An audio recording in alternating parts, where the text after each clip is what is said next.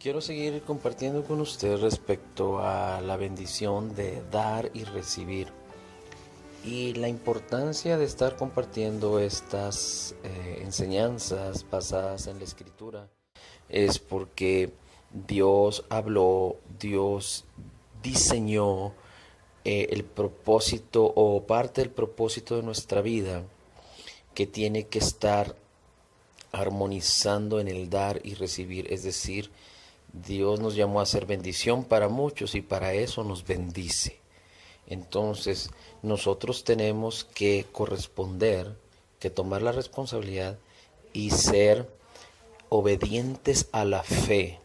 Por eso es importante no solo conocer, sino entender correctamente la palabra y permanecer en ella para poder tener el éxito y en el llamado y en la vida a la que Dios nos ha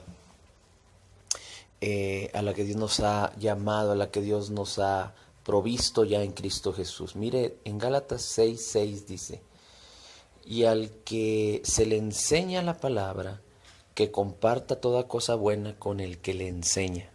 Aquí la Escritura está hablando de que todo aquel que recibe una enseñanza tiene la oportunidad y la bendición de bendecir al que le enseña.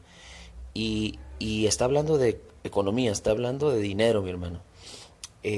Usted puede revisar bien el contexto, pero aquí el apóstol Pablo está hablando de bendecir con ofrendas o con bienes o con cuestiones monetarias, y está hablando a las personas, a cualquier tipo de persona, llámese usted, llámese yo, cualquier nivel de persona que recibe enseñanza de la palabra por causa o por parte de una persona, como puede ser un pastor, un maestro o un líder o una persona eh, que se dedica a ministrar y enseñar la palabra. En el versículo 7 dice: no os dejéis engañar, Dios no puede ser burlado, pues todo lo que el hombre sembrare, eso también segará.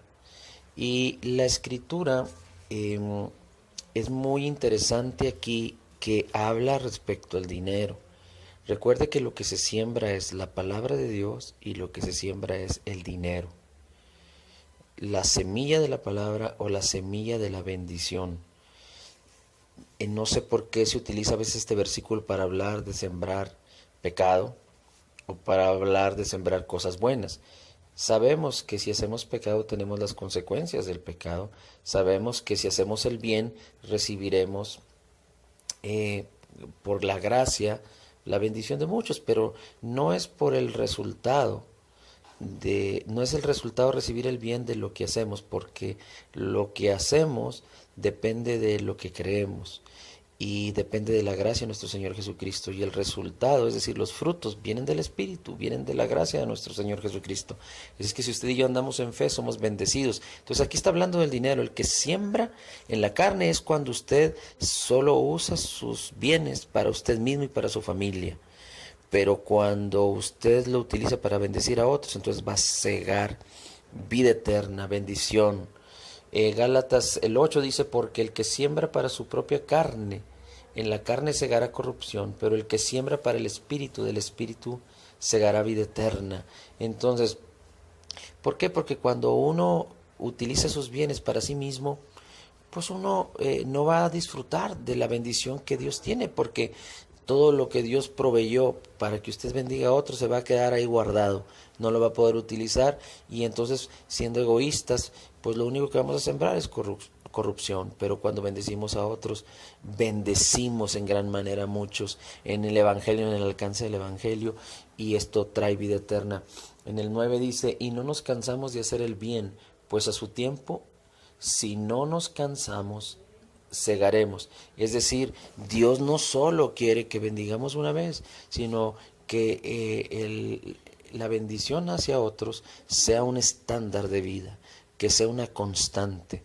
Recuerde que Dios habla de ciclos, y por ejemplo en la cuestión de sembrar y cosechar en lo natural, el maíz, el trigo, etcétera, son ciclos. Entonces uno siembra, cosecha, uno siembra, cosecha, uno siembra, cosecha. Hay una permanencia, hay una persistencia, y el que siembra, el sembrador, no se cansa, porque tiene la esperanza, cuando cosecha se goza. En el 10 dice, así que hagamos el bien a todos, según tengamos oportunidad, y especialmente a los de la familia de la fe. Entonces, la bendición está abierta, mi hermano, pero en el sentido de que a quién darla, pero dice que especialmente tengamos la oportunidad de hacerlo a los de la fe, porque hay situaciones en las que a veces algunos hermanos en Cristo están padeciendo necesidad. Aunque Dios nos libró de la escasez y de la pobreza permanentes por causa de la redención que es en Cristo Jesús, como lo vimos en otros estudios donde viene, donde dice en 2 Corintios 8:9 que Él se hizo pobre para que nosotros fuésemos enriquecidos por causa de lo que Él hizo en la cruz por nosotros. Entonces, hay bendición cuando hacemos esto para nuestros hermanos en Cristo, pero todo aquel que tenga necesidad, es una oportunidad para que tú y yo, si somos un canal de bendición, lo bendigamos en el nombre de Jesús. Entonces, mi hermano, hagamos el bien, participemos de esta gran oportunidad que Dios nos da al entender su palabra, al ser creyentes nacidos de nuevo.